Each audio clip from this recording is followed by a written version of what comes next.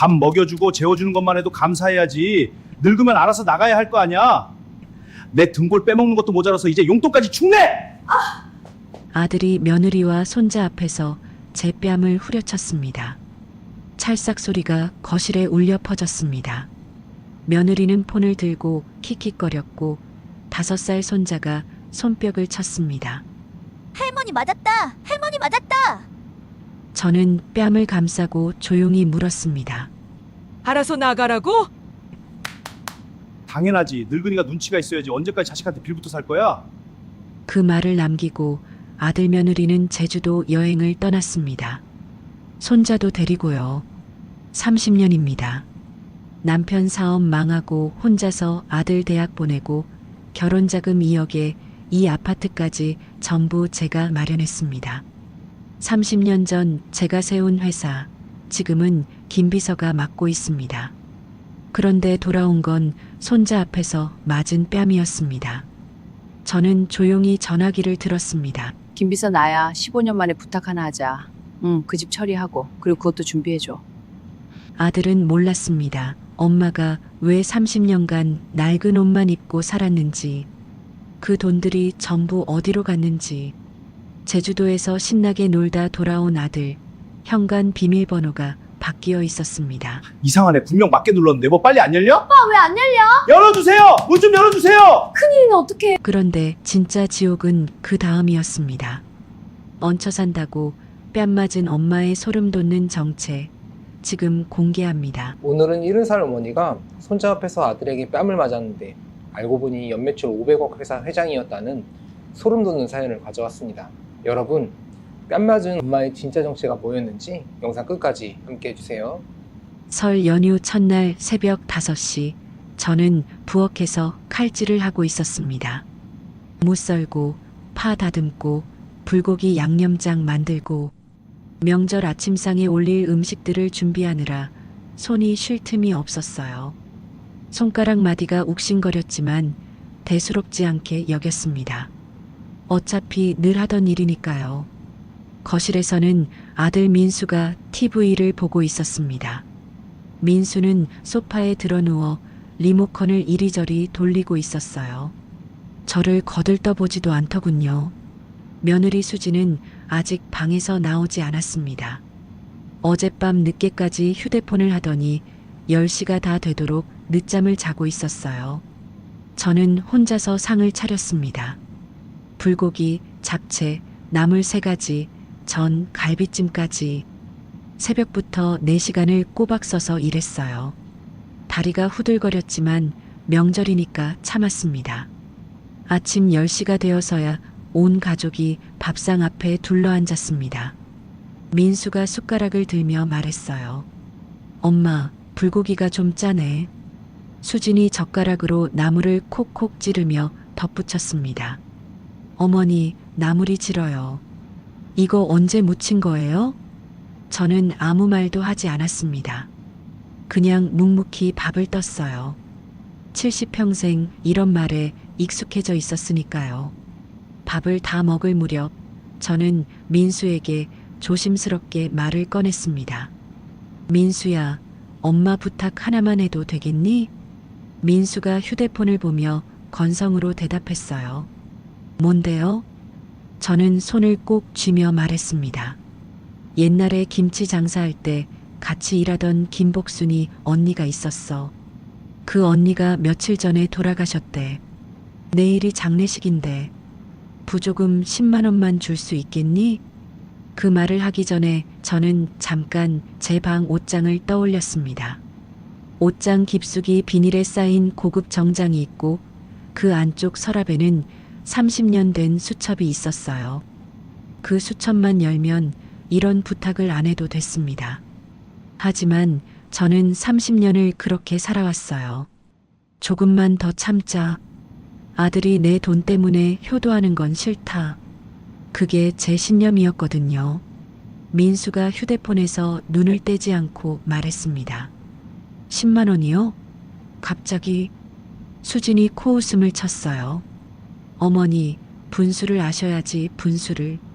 용돈도 안 드리는데 부조금은 무슨. 가슴이 철렁 내려앉았습니다. 분수라니. 평생 함께 고생한 언니 장례식에 가겠다는 게 그렇게 분수에 안 맞는 일인가요? 민수가 휴대폰을 내려놓더니 저를 째려봤습니다. 엄마 얹혀 살면서 용돈이요? 밥 먹여주고 재워주는 것만 해도 감사해야지. 그 말에 저는 숨이 턱 막혔습니다. 제가 작은 목소리로 말했어요.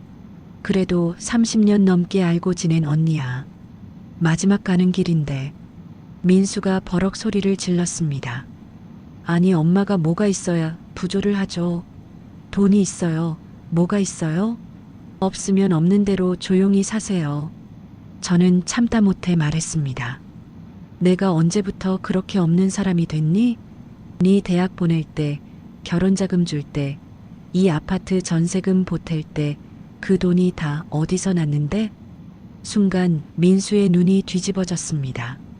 민수가 벌떡 일어나며 소리쳤어요. 뭐, 지금 나한테 말대꾸야? 그 옛날 이야기를 아직도 우려먹어? 건방지게 어디서 대들어? 저는 아들의 눈빛에서 처음 보는 것을 봤습니다. 분노도 아니고 짜증도 아닌 그건 경멸이었어요. 그 순간 민수의 손이 번개처럼 날아왔습니다. 찰싹 뺨을 맞았습니다. 아들한테 손자가 보는 앞에서 머릿속이 하얘졌습니다. 뺨이 화끈거리는 것보다 가슴이 더 아팠어요. 숨을 쉴 수가 없었습니다. 그때 5살 준호가 손뼉을 치며 소리쳤어요. 할머니 맞았다. 할머니 맞았다. 5살짜리 손자가 할머니 맞는 걸 보고 손뼉을 치고 있었습니다. 저는 그 모습을 보며 눈앞이 캄캄해졌어요. 수진이 휴대폰을 들고 킥킥거리며 말했습니다. 어머, 여보 손 아프겠다. 이런 거 때리느라. 이런 거. 수진에게 저는 사람이 아니라 이런 거였습니다. 민수가 차갑게 내뱉었어요. 엄마, 눈치가 있으면 알아서 나갔어야지. 유통기한 지난 우유처럼 버려지기 전에 조용히 살든가. 유통기한 지난 우유. 그게 제 아들이 저를 보는 시선이었습니다. 70평생 자식 뒷바라지하며 살았는데 저는 유통기한 지난 우유였어요. 저는 부어오른 뺨을 손으로 감싸며 가만히 서 있었습니다. 그때 문득 옷장 속 그 수첩이 떠올랐어요. 30년간 한 번도 쓰지 않았던 그 번호. 그래, 이제 됐다. 30년이면 충분히 기다렸어. 민수가 방으로 들어가더니 여행 가방을 끌고 나왔습니다. 수진도 준호 손을 잡고 현관으로 향했어요. 저는 물었습니다. 어디 가는 거니? 수진이 신발을 신으며 말했어요. 제주도요. 사흘 동안 가족 여행이에요. 가족 여행. 저는 가족이 아닌가 봅니다. 수진이 문을 열며 뒤돌아보지도 않고 말했어요. 어머니 없으니까 진짜 가족끼리 오붓하게 놀다 올게요. 아, 그리고 부조금 같은 소리 다시는 꺼내지 마세요. 없는 사람이 없는 대로 살아야지. 문이 쾅 닫혔습니다.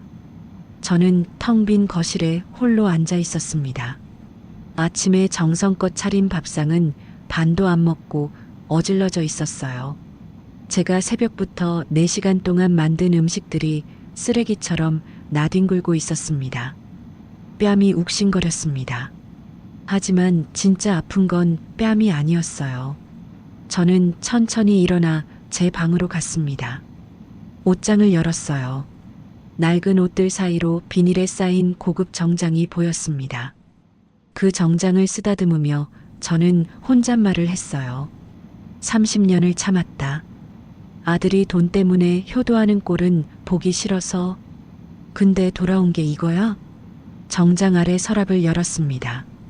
낡은 수첩이 있었어요. 30년 동안 한 번도 열어보지 않은 수첩이었습니다. 수첩을 펼쳐 한 번호를 찾았습니다. 손가락이 떨렸어요. 전화를 걸었습니다. 신호음이 3번 울리고 누군가 받았습니다. 여보세요? 낯익은 목소리였습니다. 저는 입을 열었어요. 김비서 나야. 전화기 너머로 잠깐 침묵이 흘렀습니다. 그러더니 김영호의 목소리가 떨리며 들려왔어요. 사모님? 사모님 맞으십니까? 15년 만입니다. 저는 담담하게 말했습니다. 그래, 15년 만이지. 이제 그만하려고. 거머리 떼어내듯 그 집 정리해. 그리고 회사 일도 준비해줘. 김 비서가 급하게 물었습니다. 사모님, 무슨 일이 있으셨습니까? 15년 동안 연락하지 말라고 하셔서 회사 일만 보고했는데 저는 부어오른 뺨을 만지며 말했어요. 내가 키운 호랑이한테 물렸어. 30년 숨긴 게 이제 끝이 보이네. 김 비서가 단호하게 대답했습니다. 알겠습니다, 사모님. 내일 아침 바로 뵙겠습니다. 모든 걸 준비해 두겠습니다. 전화를 끊고 저는 창밖을 바라봤습니다. 어둠 속에 불빛들이 반짝이고 있었어요. 다음 날 아침 저는 옷장에서 그 고급 정장을 꺼냈습니다. 30년 전에 맞춰 입었던 옷이에요. 비닐을 벗기고 먼지를 털어내고 입어보니 아직 맞았습니다. 거울 속에 비친 제 모습을 봤습니다. 더 이상 부조금 10만 원도 없는 늙은이가 아니었어요. 저는 현관문을 열고 집을 나섰습니다. 다음 날 아침 9시 저는 서울 강남의 한 대형 빌딩 앞에 섰습니다. 유리로 된 건물이 하늘 높이 솟아 있었어요. 햇살이 유리벽에 부딪혀 눈이 부셨습니다. 건물 꼭대기에는 커다란 간판이 걸려 있었죠. 순자식품. 제가 30년 전에 세운 회사입니다. 정문으로 들어서자 로비에 있던 직원들이 일제히 고개를 숙였습니다. 회장님, 안녕하십니까? 회장님, 오랜만에 뵙겠습니다. 인사소리가 로비에 울려 퍼졌어요. 15년 만에 듣는 소리였습니다. 엘리베이터 앞에서 김 비서가 기다리고 있었습니다. 머리가 하얗게 센 68배 노인이었지만 눈빛만큼은 40년 전 그대로였어요. 김 비서가 허리를 깊이 숙이며 말했습니다.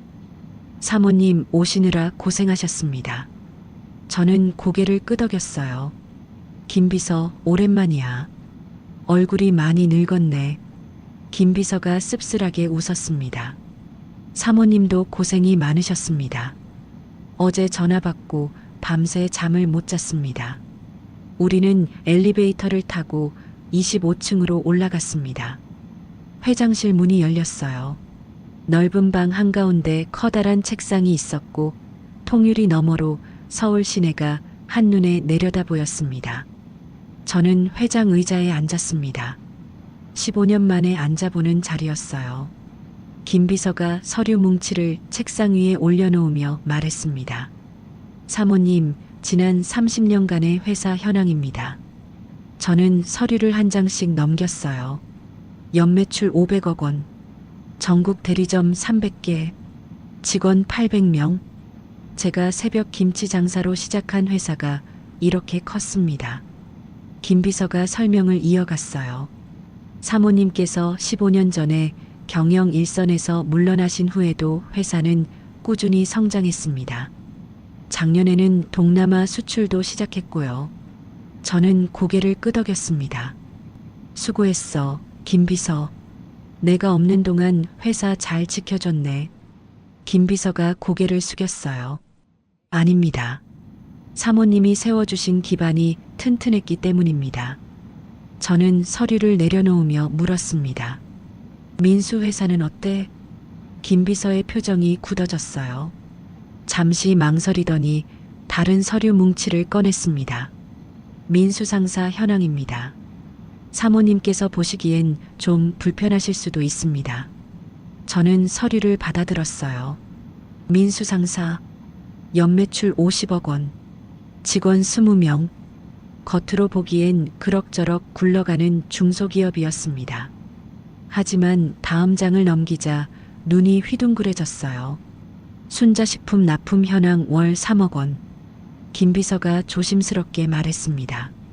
민수 상사 매출의 80%가 저희 회사 납품입니다. 사모님께서 15년 전에 지시하신 대로 매달 밀어주고 있었습니다. 저는 서류를 쥔 손에 힘이 들어갔어요. 그래, 내가 시킨 거지. 아들이 사업한다고 할 때 몰래 도와주라고 했으니까. 김 비서가 말을 이었습니다. 문제는 이겁니다. 민수 상사 재무 상태가 심각합니다. 저희 납품 대금 말고는 제대로 된 매출이 거의 없어요. 그런데 지출은 저는 다음 장을 넘겼습니다.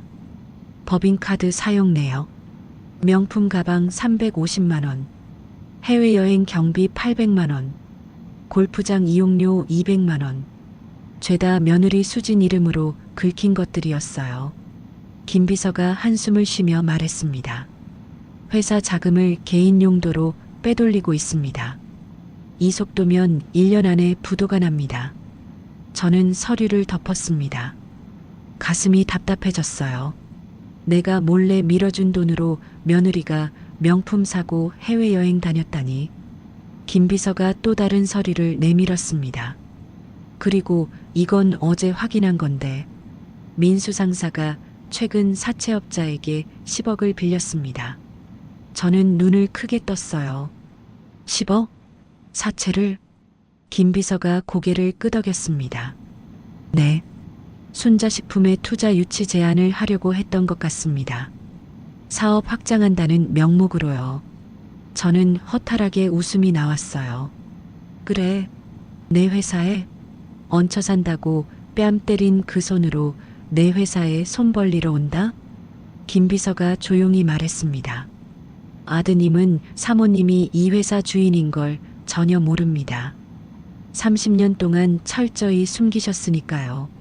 저는 창밖을 바라봤습니다.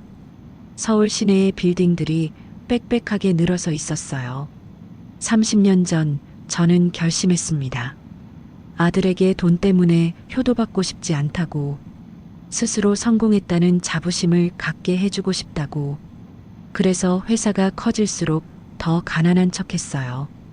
낡은 옷만 입고 허름한 음식만 먹고 아들 집에 얹혀 사는 늙은이 행세를 했습니다. 돌아온 게 뭐였죠? 손자 앞에서 뺨이었습니다. 저는 김 비서에게 말했어요. 민수가 투자 제안하러 오면 내가 직접 만날 거야. 김 비서가 조심스럽게 물었습니다. 사모님, 정말 그러실 겁니까? 저는 고개를 끄덕였어요. 30년을 숨겼으니까 30년치를 돌려받아야지. 같은 시각, 제주도의 한 리조트였습니다. 민수와 수지는 오션뷰 스위트룸에서 늦은 아침을 먹고 있었어요.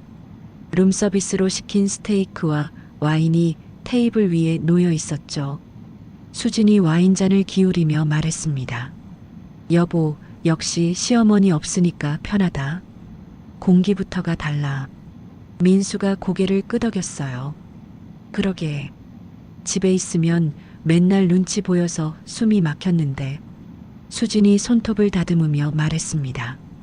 있잖아, 나 생각해둔 게 있어. 민수가 물었어요. 뭔데? 수진이 휴대폰을 꺼내 뭔가를 보여줬습니다. 여기, 요양원이야. 시설 좋고 깨끗하대. 민수가 화면을 들여다봤어요. 요양원? 수진이 고개를 끄덕였습니다. 응. 여행 다녀오면 시어머니 여기 보내자. 집에 노인네 냄새 진동해서 손님도 못 불러. 준호 친구들 엄마가 오면 뭐라고 하겠어. 민수가 잠시 망설이더니 말했어요. 글쎄, 그래도 엄마인데. 수진이 눈을 치켜떴습니다. 뭐, 엄마? 당신 엄마가 우리한테 해준 게 뭐가 있어? 얹혀 살면서 눈칫밥 축내고 준호한테 이상한 소리나 하고. 유통기한 지난 우유는 상하기 전에 치워야 해. 민수가 한숨을 쉬었어요. 알았어, 알았어. 다녀와서 알아보자. 수진이 만족스러운 표정으로 와인잔을 들었습니다. 잘 생각했어. 엄마 요양원 보내면 우리도 편하고 엄마도 편하고 거기 가면 또래 친구들이랑 놀 수 있잖아. 민수가 와인잔을 부딪히며 말했어요. 그래, 엄마도 거기 가면 좋아하실 거야. 두 사람은 와인을 마시며 웃었습니다. 창밖으로는 푸른 바다가 펼쳐져 있었어요. 같은 시각, 저는 아들 집으로 돌아왔습니다. 빈집을 천천히 둘러봤어요. 민수가 없는 사이에 확인하고 싶은 게 있었거든요. 먼저 민수방 서재로 들어갔습니다. 책상 서랍을 열었어요. 그 안에서 요양원 팸플릿 5장이 나왔습니다. 행복한 노후를 위한 최고의 선택. 치매 환자 전문 케어. 24시간 간병 서비스. 팸플릿 위에 메모지가 붙어 있었어요. 치매 초기 증상 체크리스트 다시 어머니 해당 사항 표시할 것. 제 손이 떨렸습니다. 며느리가 저를 치매 환자로 몰아서 요양원에 넣으려고 했구나. 서랍을 더 뒤졌습니다. 민수 상사 장부가 나왔어요. 장부를 펼쳤습니다. 지출 내역이 빼곡하게 적혀 있었어요. 샤넬 가방 구입 다시 450만 원. 하와이 여행 경비 다시 1200만 원. BMW 리스료 다시 180만 원. 죄다 회사 자금에서 빠져나간 돈이었습니다. 저는 장부를 덮었어요. 손이 부들부들 떨렸습니다. 30년을 참았습니다. 아들이 내 돈 때문에 효도하는 꼴은 보기 싫어서, 스스로 잘됐다는 자부심을 주고 싶어서. 근데 그 아들이 뒤에서 저를 어떻게 취급했는지 이제야 알았어요. 저는 휴대폰을 꺼내 김비서에게 전화했습니다. 김비서 나야. 네, 사모님. 저는 창밖을 바라보며 말했어요. 민수 회사 재무 상태 더 자세히 파악해. 빚이 얼마나 있는지, 어디서 빌렸는지 전부 다. 그리고 이 아파트 등기부등본도 다시 확인해줘. 김 비서가 대답했습니다. 알겠습니다, 사모님. 곧 보고 드리겠습니다. 전화를 끊고 저는 요양원 팸플릿을 다시 봤습니다. 치매 환자 전문 케어. 저는 팸플릿을 구겼어요. 거머리 같은 것들. 내 피를 빨아먹으면서 나를 치매 환자로 몰아? 저는 팸플릿을 쓰레기통에 던졌습니다. 그때 휴대폰이 울렸어요. 김비서였습니다. 사모님 확인했습니다. 저는 전화를 받았어요. 뭐가 나왔어? 김비서의 목소리가 무거웠습니다.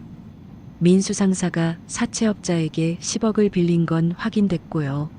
더 큰 문제가 있습니다. 저는 물었어요. 뭔데? 김비서가 말했습니다. 민수 상사가 순자식품의 투자 유치 제안서를 보냈습니다. 내일 정식으로 미팅 신청이 들어올 겁니다. 저는 웃음이 나왔어요. 어이가 없어서 나오는 웃음이었습니다. 그래, 우리 회사에 투자해달라고? 엄마 뺨 때리고 여행 간 놈이? 김비서가 조심스럽게 물었습니다. 어떻게 하시겠습니까? 저는 창밖을 바라봤습니다. 저녁 노을이 붉게 물들고 있었어요. 미팅 잡아. 내가 직접 나갈 거야. 김비서가 말했습니다. 사모님, 그러면 아드님이 진실을 알게 됩니다. 저는 담담하게 대답했어요. 알아야지. 니들이 거머리라 부르며 뺨을 때렸던 사람이 누구인지, 니들 인생 전체를 사고도 남을 사람이 누구인지, 이제 똑똑히 보여줄 때가 됐어. 전화를 끊고 저는 거울을 봤습니다. 부어오른 뺨은 아직 자국이 남아 있었어요. 저는 거울 속 제 얼굴을 보며 말했습니다. 민수야, 네가 때린 건 엄마 뺨이 아니야. 30년 세월이야. 그 값을 이제 치르게 해줄게. 제주도 여행을 마친 민수 부부가 돌아온 건 사흘 뒤였습니다. 저는 그 사이에 아파트 현관 비밀번호를 바꿔놨어요. 저녁 7시쯤 현관 앞에서 삑삑 소리가 났습니다. 비밀번호 오류음이었죠. 이어서 벨이 미친 듯이 울렸어요. 엄마, 문 열어요. 비밀번호가 왜 안 맞아요? 민수의 목소리였습니다. 저는 소파에 앉아 차를 마시며 모른 척했어요. 한참을 배를 누르던 민수가 전화를 걸었습니다. 제 휴대폰이 울렸지만 받지 않았어요. 잠시 후 경비실에서 전화가 왔습니다. 박순자 씨 댁이시죠? 아드님이 현관에서 문을 못 열고 계신데요. 저는 담담하게 대답했어요. 경비실 앞에 쪽지 하나 맡겨주세요. 제가 쓴 거라고요. 전화를 끊고 저는 미리 써둔 쪽지를 꺼냈습니다. 내일 오전 10시 순자식품 본사로 와라. 다시 어머니. 다음 날 아침 민수와 수지는 호텔에서 눈을 떴습니다. 집에 들어가지 못해 급하게 잡은 호텔이었어요. 수진이 침대에서 일어나며 짜증을 부렸습니다. 순자식품? 그게 뭐야? 시어머니가 갑자기 왜 거기로 오래? 민수가 휴대폰으로 순자식품을 검색했어요. 이거 꽤 큰 회사네. 김치 만드는 데인데. 연매출이 500억이래. 수진이 코웃음을 쳤습니다. 500억? 그런 회사가 시어머니랑 무슨 상관이야? 거기 청소부로 취직했나? 민수도 피식 웃었어요. 설마 엄마가 무슨 아마 그 회사 사람한테 부탁할 게 있나 보지. 수진이 화장을 하며 말했습니다. 그나저나 집 비밀번호는 왜 바꾼 거야? 치매 걸린 거 아니야? 요양원 빨리 보내야겠다. 진짜? 민수가 고개를 끄덕였어요. 우선 가보자. 가서 엄마한테 따지게. 오전 10시 민수 부부는 순자식품 본사 앞에 섰습니다. 유리로 된 거대한 빌딩이 하늘 높이 솟아 있었어요. 민수가 고개를 들어 건물을 올려다봤습니다. 와, 생각보다 크네. 수진이 선글라스를 밀어 올리며 말했어요. 여보, 우리 투자 유치건도 오늘 같이 얘기해. 어차피 여기 온 김에. 민수가 고개를 끄덕였습니다. 그래, 회장님 만나면 한번 어필해 볼게. 두 사람은 빌딩 안으로 들어갔어요. 로비는 넓고 깨끗했습니다. 정장 입은 직원들이 바쁘게 오가고 있었어요. 민수가 안내 데스크로 다가갔습니다. 안녕하세요. 민수 상사 대표 강민수입니다. 회장님 뵈러 왔습니다. 투자건으로요. 안내 데스크 직원이 컴퓨터를 확인하더니 고개를 끄덕였어요. 네, 예약 확인됐습니다. 25층 회장실로 올라가시면 됩니다. 비서실에서 안내해 드릴 겁니다. 민수 부부는 엘리베이터를 탔습니다. 25개의 층을 올라가는 동안 민수는 투자 제안서를 다시 훑어봤어요. 수지는 휴대폰으로 셀카를 찍고 있었습니다. 여보, 나 여기서 사진 찍어도 되지? 인스타에 올려야지. 남편 큰 계약 앞두고 내조 중이라고. 민수가 고개를 저었어요. 계약 성사되면 그때 올려. 엘리베이터 문이 열렸습니다. 비서실 직원이 기다리고 있었어요. 강민수 사장님이시죠? 회장님께서 기다리고 계십니다. 이쪽으로 오시죠. 민수 부부는 직원을 따라 복도를 걸었습니다. 복도 양쪽에는 순자식품의 역사를 보여주는 사진들이 걸려 있었어요. 사진 속에는 김치 공장, 대리점, 수출 현장 등이 담겨 있었습니다. 하지만 이상하게도 회장 얼굴은 한 장도 없었어요. 회장실 앞에 도착했습니다. 묵직한 나무 문이었어요. 직원이 문을 두드렸습니다. 회장님, 손님 모시고 왔습니다. 안에서 낯익은 목소리가 들려왔어요. 들어와라. 저는 회장 의자에 앉아 기다리고 있었습니다. 문이 열렸어요. 민수가 먼저 들어왔습니다. 활짝 웃는 얼굴로 고개를 숙이며 인사했어요. 안녕하십니까, 회장님. 민수 상사 대표 강민수입니다. 오늘 좋은 제안을 가지고. 말이 뚝 끊겼습니다. 민수의 눈이 휘둥그레졌어요. 입이 반쯤 벌어졌습니다. 회장 의자에 앉아 있는 사람은 바로 저였거든요. 수진이 뒤따라 들어오다가 똑같이 얼어붙었습니다. 어머니? 저는 천천히 일어났어요. 어서 와라, 민수야. 민수의 얼굴이 창백해졌습니다. 손에 들고 있던 서류가 바닥에 떨어졌어요. 엄마가 왜 여기에? 이게 무슨... 저는 책상을 돌아 민수 앞에 섰습니다. 투자 유치 제안서 가져왔다며? 어디 한번 보자. 민수가 뒷걸음질 쳤어요. 엄마, 장난치는 거지? 이거 몰래 카메라야? 뭐야 이게? 저는 바닥에 떨어진 서류를 집어들었습니다. 장난? 30년 동안 장난친 건 나야. 니한테 가난한 척, 없는 척, 얹혀 사는 척? 수진이 더듬거리며 말했어요. 어머니가 회장이라니. 이게 무슨 말도 안 되는... 저는 수진을 똑바로 쳐다봤습니다. 뭐가 말이 안 돼? 니들이 거머리라 부르며 뺨을 때렸던 내가 사실은 니들 인생 전체를 사고도 남을 회사의 주인이야. 연매출 500억, 직원 800명, 전국 대리점 300개. 이게 다 내 거야. 민수의 무릎이 풀렸습니다. 털썩 바닥에 주저앉았어요. 말도 안 돼. 그럼 그동안... 저는 민수를 내려다보며 말했습니다.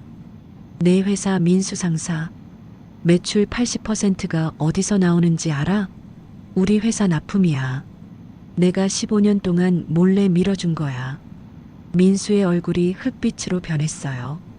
그리고 네가 사는 그 아파트, 내 명의야. 내 돈으로 산 내 집이야.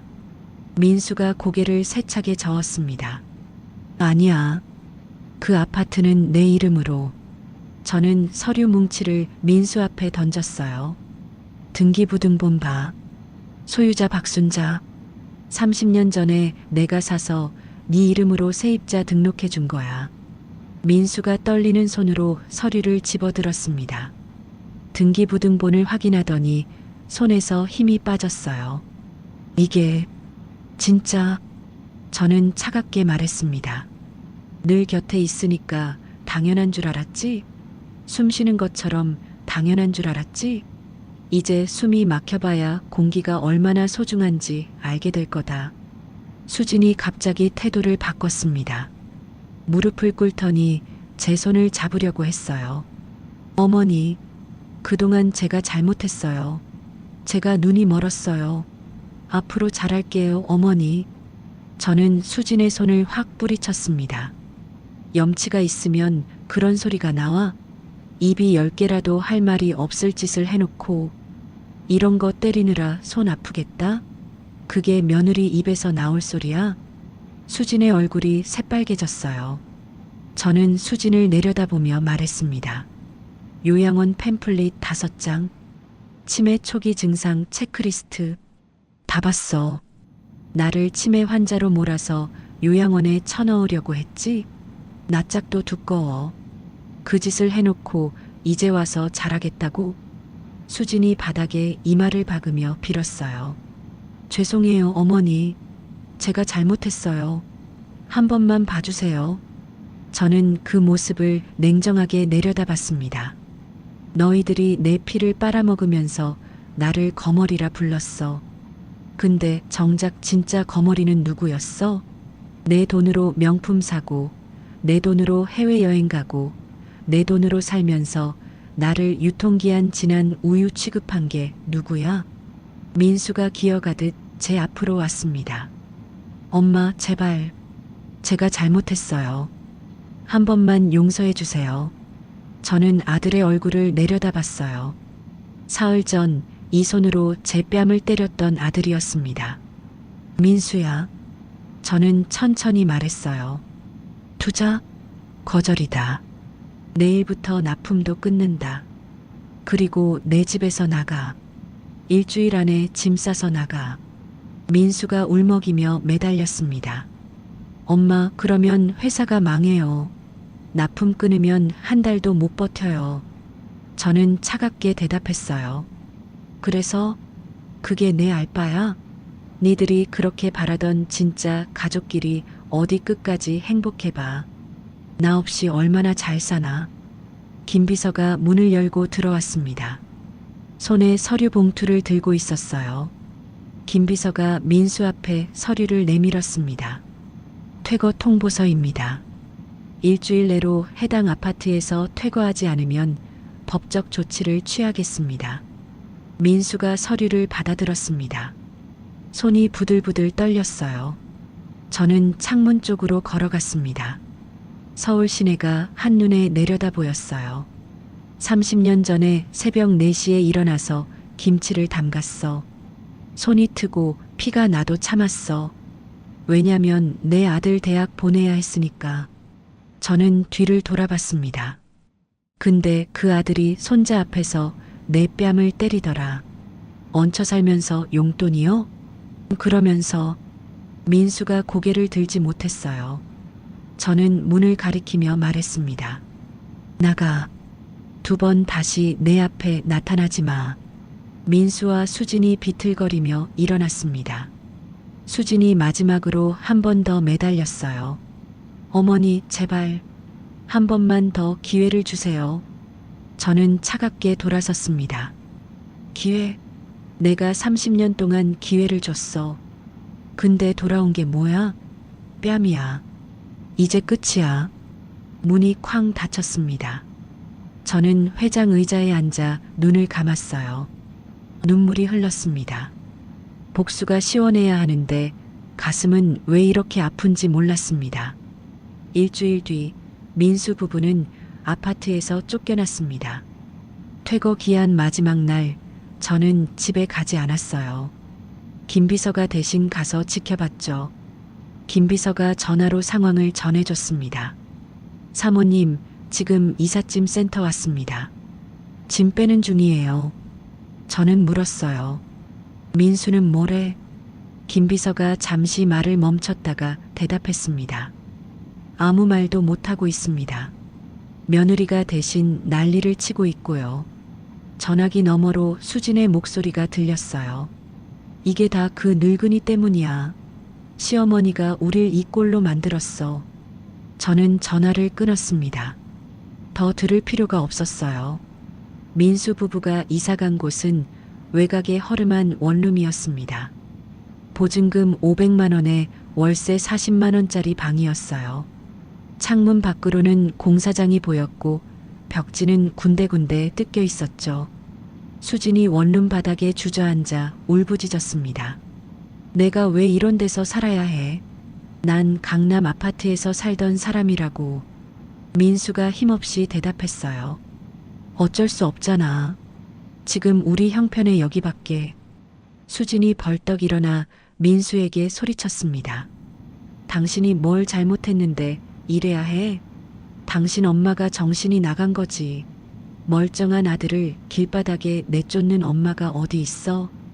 민수가 고개를 숙였어요. 내가 엄마 뺨을 때렸으니까. 수진이 비웃었습니다.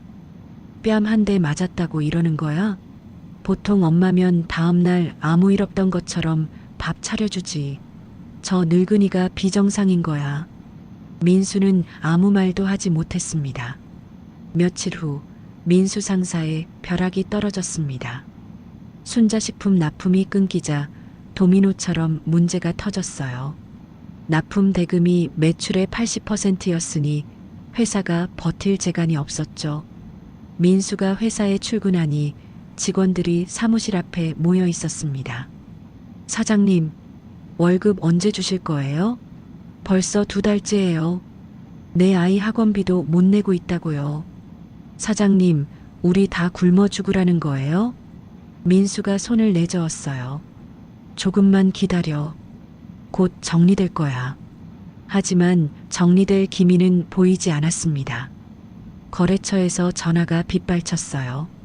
강 사장, 순자식품 납품 끊겼다며?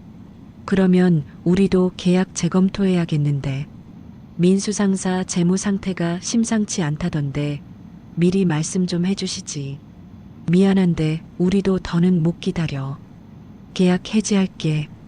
일주일 만에 거래처 10곳이 계약을 끊었습니다. 사무실에 남은 건 밀린 월급 고지서와 빚 독촉장 뿐이었어요. 설상가상으로 사채업자가 찾아왔습니다. 사무실 문이 벌컥 열리더니 험상궂은 남자 2명이 들어왔어요. 강민수 사장, 오랜만이야. 민수의 얼굴이 창백해졌습니다. 김 사장님, 왜 여기까지?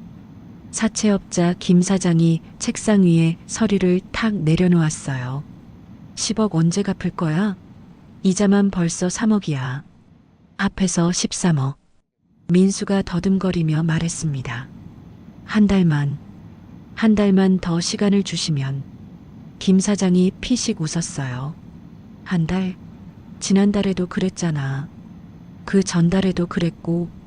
강 사장, 나도 바보는 아니야. 김 사장이 민수의 멱살을 잡았습니다. 일주일 안에 안 갚으면 집이고 회사고 전부 압류야. 그리고 사기죄로 고소할 거야. 각오해. 사채업자들이 나간 후 민수는 빈 사무실에 홀로 앉아 있었습니다. 손이 부들부들 떨렸어요. 그날 밤 수진은 남편 몰래 움직였습니다. 수진이 찾아간 곳은 강남의 한법률사무소였어요.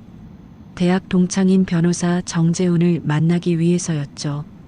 수진이 사무실에 들어서며 말했습니다. 재훈아, 급하게 불러서 미안해. 정재훈이 자리를 권하며 물었어요. 무슨 일이야? 전화로는 어머니 문제라고 했는데. 수진이 의자에 앉으며 말했습니다. 응, 우리 시어머니가 갑자기 재산을 숨기고 있었던 게 드러났어. 엄청 큰 회사 회장이었대. 정재훈이 눈을 크게 떴어요. 회장? 얼마나 큰 회사인데? 수진이 손가락을 꼽으며 말했습니다. 연매출 500억. 자산 합치면 1000억은 넘을 거야. 정재훈이 휘파람을 불었어요.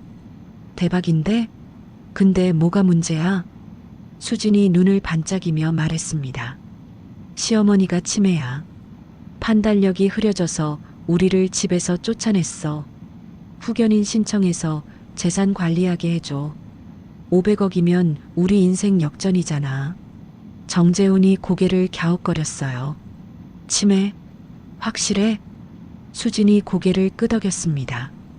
확실해. 갑자기 집 비밀번호 바꾸고 아들을 쫓아내고 회사까지 끊고. 이게 정상이야? 완전 치매 증상이지. 정재훈이 턱을 괴며 말했어요. 후견인 신청하려면 치매 진단서가 필요해. 그거 있어? 수진이 잠시 생각하더니 말했습니다. 없는데. 만들면 되지 않아? 정재훈이 눈살을 찌푸렸어요. 만들어? 그건 위조야. 걸리면 사기죄야. 수진이 손을 내저었습니다. 안 걸려. 내가 아는 의사 있어. 대학 후배인데 돈 좀 주면 해줄 거야. 정재훈이 한숨을 쉬었어요. 수진아, 이건 좀. 수진이 정재훈의 손을 잡았습니다. 재훈아, 제발. 지금 우리 상황이 얼마나 급한지 알아? 남편 회사 망하기 직전이야. 사채업자한테 10억 빌렸는데 갚을 돈이 없어. 이대로 가면 우리 길바닥에 나 앉아. 정재훈이 잠시 고민하더니 말했어요. 알았어. 진단서 가져오면 서류 준비해 줄게. 근데 책임은 네가 져야 해. 수진이 환하게 웃었습니다. 고마워, 재훈아. 은혜는 꼭 갚을게. 이틀 후 수진은 대학 후배 의사를 만났습니다. 서울 외곽의 작은 병원이었어요. 의사 박준혁이 진료실에서 수진을 맞았습니다. 선배, 오랜만이에요. 무슨 일로 오셨어요? 수진이 봉투를 꺼내 테이블 위에 올려놓았습니다. 준혁아, 부탁 하나만 하자. 봉투 안에는 현금 500만 원이 들어있었어요. 박준혁이 봉투를 보며 물었습니다. 이게 뭐예요? 수진이 말했어요. 치매 진단서 하나만 써줘. 우리 시어머니 거. 박준혁의 얼굴이 굳어졌습니다. 진단서요? 진찰도 안 하고요? 수진이 고개를 끄덕였어요. 응. 시어머니가 병원을 안 가려고 해서 그냥 써주기만 하면 돼. 박준혁이 손을 내저었습니다. 선배, 그건 안 돼요. 허위 진단서는 범죄예요. 제 의사 면허가 날아가요. 수진이 봉투를 박준혁 앞으로 밀었어요. 1,000만 원 줄게. 아무도 모를 거야. 그냥 치매 촉이라고 한 줄만 쓰면 돼. 박준혁이 망설였습니다. 수진이 다급하게 말했어요. 준혁아, 제발. 우리 지금 죽을 것 같아. 사채업자한테 쫓기고 길바닥에 나앉을 판이야. 제발 한 번만 도와줘. 박준혁이 한참을 고민하더니 결국 봉투를 집어들었습니다. 딱 한 번이에요. 다시는 이런 부탁하지 마세요. 수진이 환하게 웃었어요. 고마워, 준혁아. 진짜 고마워. 같은 시각 저는 집에서 손님을 맡고 있었습니다. 시골에서 언니 박말순이 올라왔어요. 75의 언니는 허리가 조금 굽었지만 눈빛만큼은 아직 또렷했습니다. 언니가 제 얼굴을 보더니 눈물을 글썽였어요. 순자야, 네 얼굴이 왜 이래? 많이 힘들었구나. 저는 고개를 저었습니다. 언니 괜찮아. 이제 다 끝났어. 언니가 제 손을 잡았어요. 김비서한테 다 들었다. 민수 그 녀석이 네 뺨을 때렸다며? 저는 아무 말도 하지 못했습니다. 언니가 목소리를 높였어요. 그 녀석이 미쳤어. 내가 새벽 4시에 네가 김치 담그면서 민수 사진 보고 울던 거 다 봤어. 손이 트고 피가 나도 우리 민수 대학 보내야지 그러면서 참던 거 내가 다 기억해. 저는 눈물이 흘렀습니다. 언니가 제 손을 꽉 쥐며 말했어요. 네가 밤새 일하면서도 민수 학원비, 등록금, 결혼자금 다 마련했잖아. 그 녀석이 그걸 알기나 해? 코빼기도 안 보이던 녀석이 다 큰 다음에 엄마 뺨을 때려. 저는 고개를 숙였습니다. 언니, 내가 잘못한 거야. 30년 동안 숨기니까 그 애가 내 진심을 몰랐던 거지. 언니가 고개를 세차게 저었어요. 아니야. 숨기고 말고가 문제가 아니야. 낳아준 엄마를 때리는 건 짐승도 안 해. 그건 네 잘못이 아니야, 순자야. 저는 언니 품에 안겨 울었습니다. 70평생 처음으로 마음껏 울었어요. 그때 휴대폰이 울렸습니다. 김비서였어요. 사모님, 급한 일이 생겼습니다. 저는 눈물을 닦으며 물었습니다. 무슨 일이야? 김비서의 목소리가 급박했어요. 며느리가 법원에 후견인 신청을 했습니다. 사모님을 치매 환자로 등록하고 재산 관리권을 가져가려고요. 저는 순간 멍해졌습니다. 뭐? 치매? 김비서가 말을 이었어요. 서류를 확인해 봤더니 치매 진단서가 첨부되어 있었습니다. 서울 외곽의 작은 병원에서 발급한 건데 사모님께서 그 병원에 가신 적이 있으십니까? 저는 단호하게 대답했습니다. 없어. 한 번도 간 적 없어. 김비서가 말했어요. 그러면 허위 진단서입니다. 사문서 위조의 사기죄까지 해당됩니다. 저는 이를 악물었습니다. 그래, 낯짝도 두꺼워. 그 짓을 해놓고도 모자라서 이제 내 재산까지 뺏으려고? 쫓겨나면서도 정신을 못 차렸네. 언니가 옆에서 물었어요. 순자야, 무슨 일이야? 저는 언니에게 말했습니다. 언니, 며느리가 나를 치매 환자로 만들려고 해. 가짜 진단서까지 만들어서. 언니가 벌떡 일어났어요. 뭐? 그년이 지금 미쳤어? 내가 당장 가서. 저는 언니를 진정시켰습니다. 언니 됐어. 내가 알아서 할게. 저는 김비서에게 말했어요. 김비서, 그 진단서 위조 증거 확보해. 발급한 의사 신원도 파악하고 다 모이면 경찰에 고발해. 사기죄로. 김비서가 대답했습니다. 알겠습니다, 사모님. 바로 진행하겠습니다. 전화를 끊고 저는 창밖을 바라봤습니다. 수진아, 네가 진짜 어디까지 갈 수 있는지 한번 보자. 거머리가 발악을 해봤자 떨어지는 건 똑같아. 닷새 후 수진은 경찰서로 연행됐습니다. 집 앞에서 형사 2명이 기다리고 있었어요. 이수진 씨 맞으시죠? 사문서 위조 및 사기 혐의로 임해 동행 요청드립니다. 수진의 얼굴이 새파랗게 질렸습니다. 무슨 소리예요? 제가 뭘 위조했다는 거예요? 형사가 서류를 내밀었어요. 박순자 씨 명의의 치매 진단서요. 본인이 의뢰하셨죠? 수진이 더듬거렸습니다. 그건 형사가 말했어요. 진단서를 발급한 박준혁 의사도 이미 입건됐습니다. 다 자백했어요. 일단 서에 가서 자세한 이야기 나누시죠. 수진이 끌려가면서 악을 썼습니다. 나 아무 잘못 없어. 시어머니가 정말 치매라니까. 이건 누명이야. 하지만 아무도 수진의 말을 듣지 않았습니다. 그날 저녁 저는 김 비서에게 보고를 받았습니다. 사모님, 며느리가 경찰 조사를 받았습니다. 사문서 위조, 사기 미수 혐의로 입건됐고요. 진단서를 써준 의사도 함께 입건됐습니다. 저는 고개를 끄덕였어요. 수고했어, 김 비서. 김 비서가 조심스럽게 물었습니다. 사모님, 아드님은 어떻게 하시겠습니까? 저는 잠시 생각하다가 말했어요. 민수는 지켜보자. 어차피 저 스스로 무너질 거야. 내가 더 손대지 않아도. 김 비서가 고개를 숙였습니다. 알겠습니다. 저는 창밖을 바라봤어요. 밤하늘에 별이 반짝이고 있었습니다. 내가 키운 호랑이한테 물렸다고 생각했는데 호랑이가 아니라 거머리였어. 피를 빨다가 떨어지니까 발악을 하네. 언니가 옆에서 말했어요. 순자야, 이제 네 인생 살아. 그 녀석들 걱정은 그만해. 저는 고개를 끄덕였습니다. 응, 언니. 이제 내 인생 살 거야. 그날 밤 저는 잠을 이루지 못했습니다.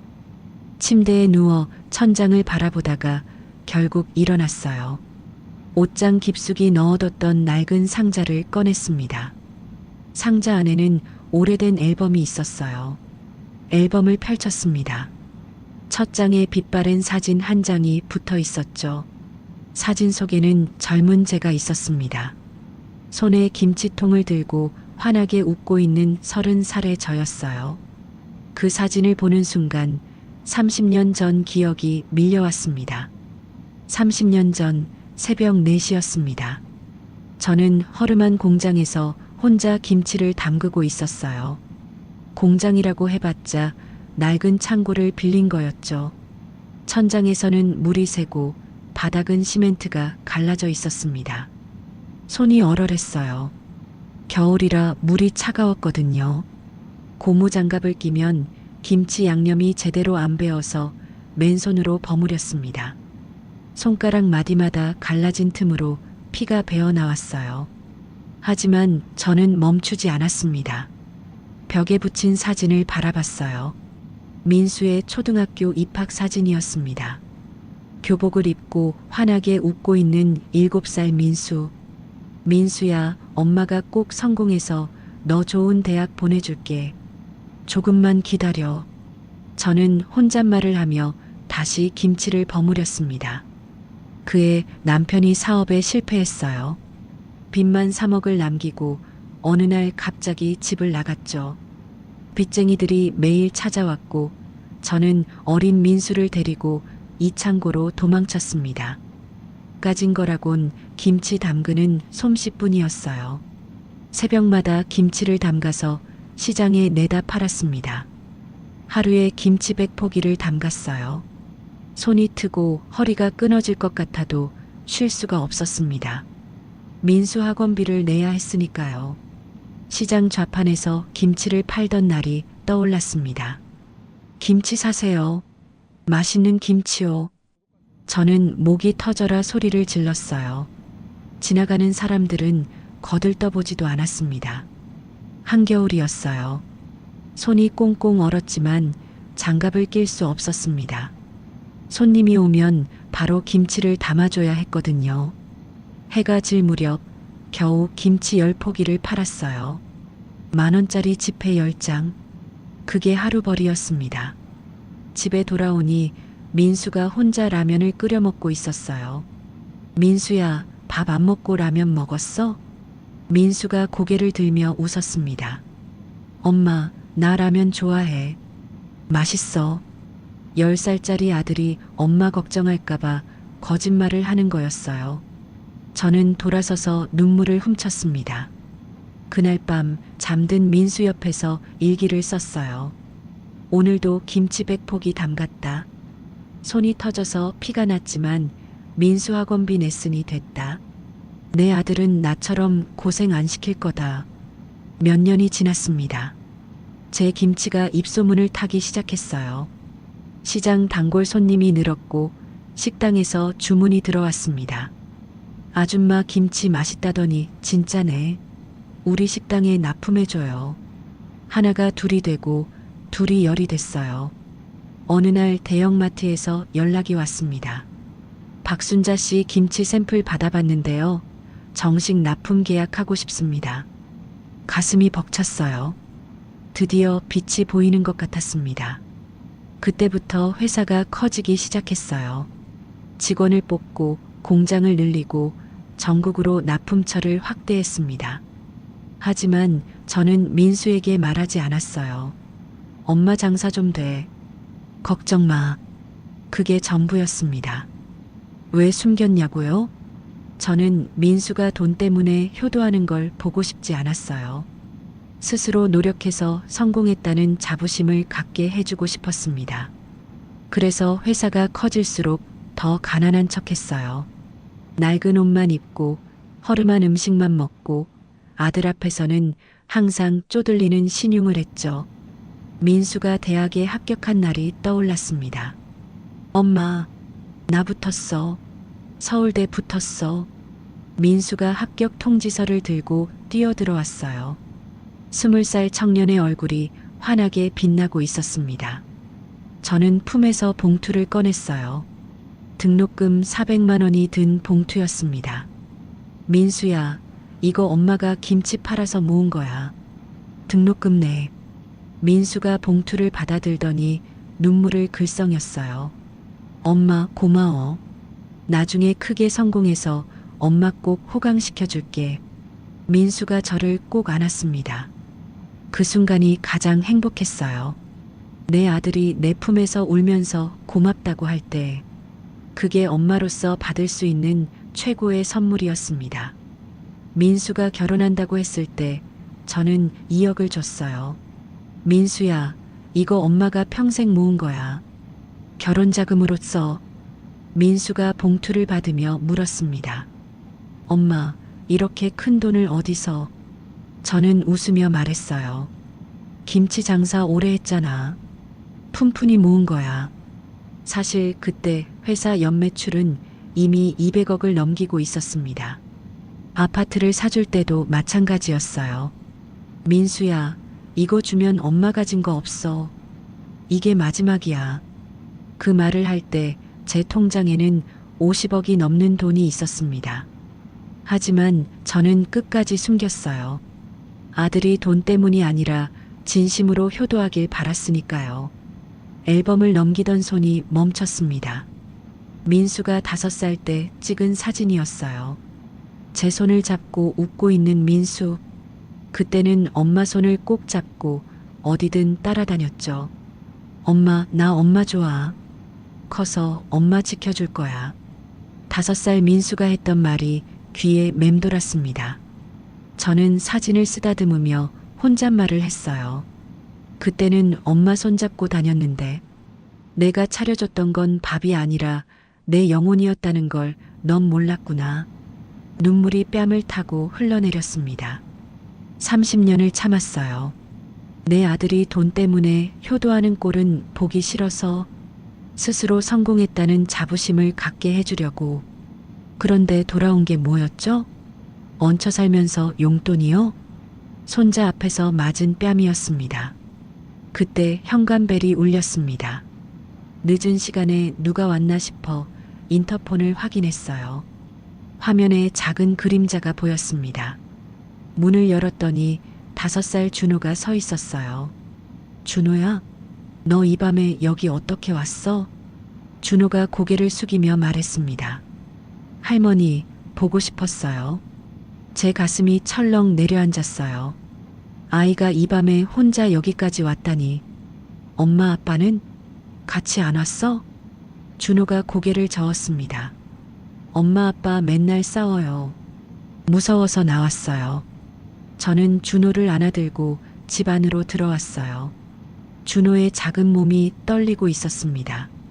할머니, 이거요. 준호가 주머니에서 구겨진 종이를 꺼냈어요.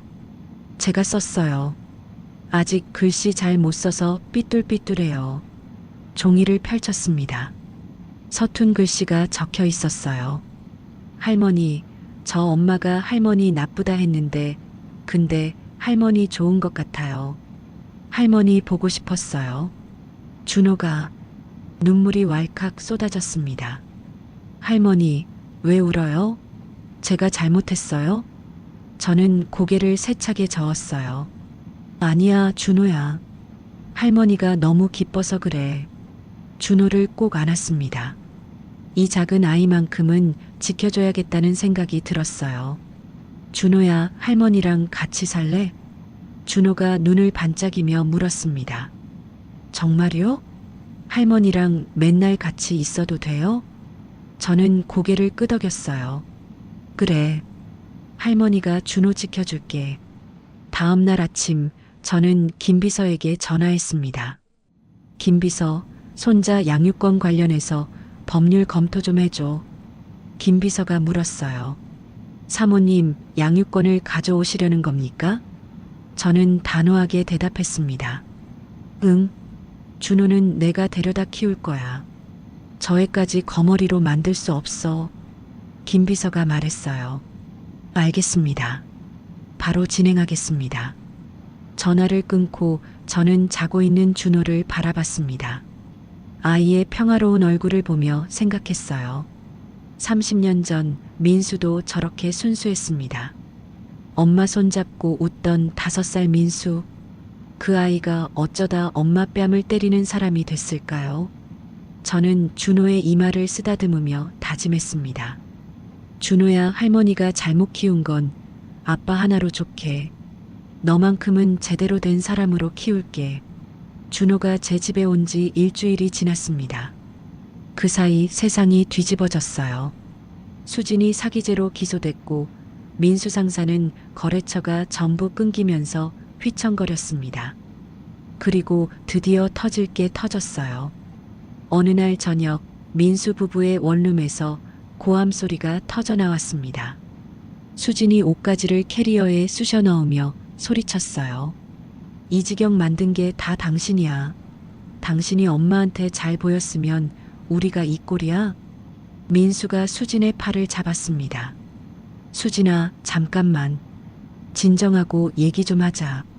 수진이 민수의 손을 뿌리쳤어요. 진정? 나보고 진정하라고? 나 지금 사기죄로 재판받게 생겼어. 전과자 될 판이라고. 민수가 고개를 숙였습니다. 그건 내가 미안해. 근데 같이 헤쳐나가자. 우리 부부잖아. 수진이 비웃었어요. 부부? 웃기지 마. 당신 엄마 없으면 당신은 아무것도 아니야. 난 능력 있는 사업가 만난 줄 알았지. 이런 루저 만난 거 아니야. 민수의 얼굴이 창백해졌습니다. 수진이 서류 봉투를 민수에게 던졌어요. 이혼 소송장이야. 위자료 5억에 양육권은 당신이 가져. 난 준호 필요 없어. 민수가 서류를 집어들었습니다. 손이 부들부들 떨렸어요. 위자료 5억? 나한테 지금 5억이 어디 있어? 수진이 문 앞에서 돌아보며 말했습니다. 그럼 당신 엄마한테 빌어. 500억짜리 회사 회장이잖아. 나는 떠날 거야. 이 지옥 같은 데서 하루도 더 못 살겠어. 민수가 매달렸어요. 수진아, 제발. 준호는 어떡하고? 수진이 코웃음을 쳤습니다. 준호, 어차피 당신 엄마가 데려갔잖아. 잘 됐네. 나도 짐 덜었어. 수진이 캐리어를 끌고 나갔습니다. 문이 쾅 닫혔어요. 민수는 빈 원룸에 홀로 남았습니다. 손에 쥔 이혼 소송장이 덜덜 떨렸어요. 수진이 떠난 다음 날 사채업자들이 민수 상사를 덮쳤습니다. 민수가 출근하니 사무실 앞에 험상궂은 남자들이 서 있었어요. 트럭 2대가 주차장에 대기하고 있었습니다. 사채업자 김 사장이 팔짱을 끼고 말했어요. 강 사장, 기한 지났어. 오늘 다 가져간다. 민수가 손을 내저었습니다. 김 사장님, 며칠만 더 시간을 주시면. 김 사장이 손가락을 튕겼어요. 부하들이 사무실로 들어가기 시작했습니다. 시간은 충분히 줬어. 이제 끝이야. 부하들이 사무실 집기를 들고 나왔어요. 컴퓨터, 책상, 의자, 프린터, 닥치는 대로 트럭에 실었습니다. 민수가 막으려고 했지만 소용없었어요. 제발, 저것만은, 저게 없으면 일을 못해요. 김 사장이 민수의 멱살을 잡았습니다. 일? 무슨 일? 네 회사 이미 끝났어. 그리고 나 13억 못 받으면 사기죄로 고소할 거야. 각오해. 민수가 바닥에 주저앉았어요. 텅 빈 사무실을 바라보며 멍하니 앉아 있었습니다. 한 달 후 민수는 법원에 섰습니다. 사채업자가 고소한 사기 혐의와 수진의 허위 진단서 공모 혐의로 재판을 받게 된 거예요. 판사가 판결문을 읽었습니다.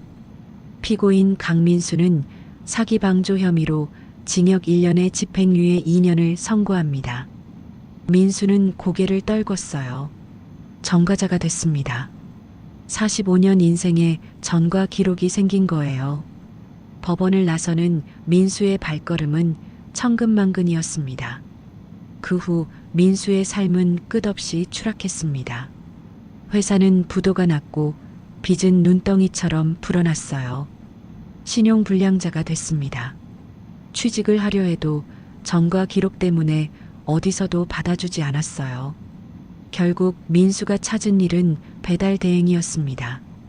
한여름 땡볕에 오토바이를 몰았어요. 치킨, 족발, 피자, 닥치는 대로 배달했습니다.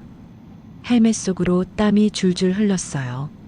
등은 땀에 절어 배달복이 쩍쩍 달라붙었습니다. 배달 한 건에 3,000원.